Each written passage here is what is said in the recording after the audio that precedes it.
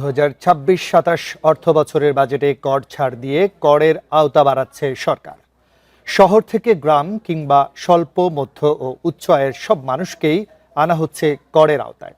তাই রাজস্ব লক্ষ্যমাত্রা বাড়িয়ে ধরা হয়েছে 6,95,000 কোটি টাকা, যার মধ্যে 6,04,000 কোটি টাকা আদায়ের বিশাল লক্ষ্য দেওয়া হয়েছে এনবিআরকে।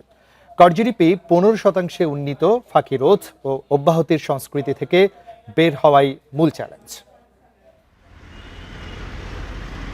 বাজেটের আকার ও জিডিপির প্রবৃদ্ধি বিবেচনায় অভ্যন্তরীণ রাজস্ব আহরণের লক্ষ্যমাত্রা নির্ধারিত হয়।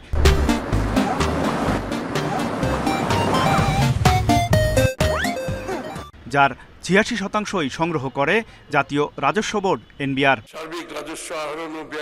মধ্যমেয়াদে কর জিডিপি অনুপাত 10% এবং দীর্ঘমেয়াদে 2035 সালের মধ্যে 15% উন্নীত করার লক্ষ্যমাত্রা ঠিক করেছে সরকার। আগামী অর্থবছরে রাজস্ব আয়ের লক্ষ্যমাত্রা 6,95,000 কোটি টাকা। এর মধ্যে এনবিআর আদায় করবে 6,04,000 কোটি টাকা। আয়কর ও ভ্যাট যথাক্রমে 37% করে আর কাস্টমস 26% আদায় করে দেবে। ব্যক্তি করদাতাদের স্বস্তি দিতে আগামী 2 অর্থ বছরের জন্য করমুক্ত আয়সীমা বেড়ে 3,75,000 টাকা নির্ধারণ করা হয়েছে। রাজস্ব আয় প্রাক্কলন করা হয়েছে, যা জিডিপির 10.2%। এর মধ্যে জাতীয় রাজস্ব বোর্ডের মাধ্যমে 6,04,000 কোটি টাকা এবং অন্যান্য উৎস হতে 91,000 কোটি টাকা সংগ্রহ করার প্রস্তাব করছি। তবে করমুক্ত আয়ের সীমায় স্বস্তি দিলেও বাড়ানো হয়েছে কর হার। প্রতি স্ল্যাবে 5% হারে বেড়ে হয়েছে 10 থেকে 30% পর্যন্ত। পরবর্তী 2 বছরের জন্য করমুক্ত সীমা হবে 4 লাখ টাকা এবং পরবর্তী 1 বছরের জন্য 4.5 লাখ টাকা করা হয়েছে।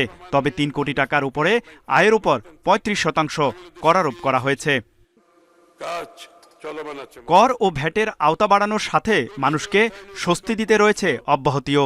ব্যবসায়িক ব্যাংক হিসাব খুললে নিতে হবে VAT identification number. Startup, content creator ও ফ্রিল্যান্সারদের জন্য ভ্যাট অব্যাহতি থাকছে।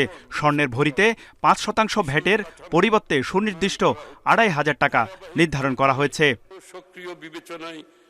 ব্যাংক স্থিতির উপর আবগারি শুল্ক অব্যাহতির সীমা নির্ধারণ করা হয়েছে 4 লাখ টাকা। ব্যাংক স্টেটমেন্টে লাগবে টিআইএন সার্টিফিকেটও। তৌহিদ রানা, ইন্ডিপেন্ডেন্ট নিউজ, ঢাকা।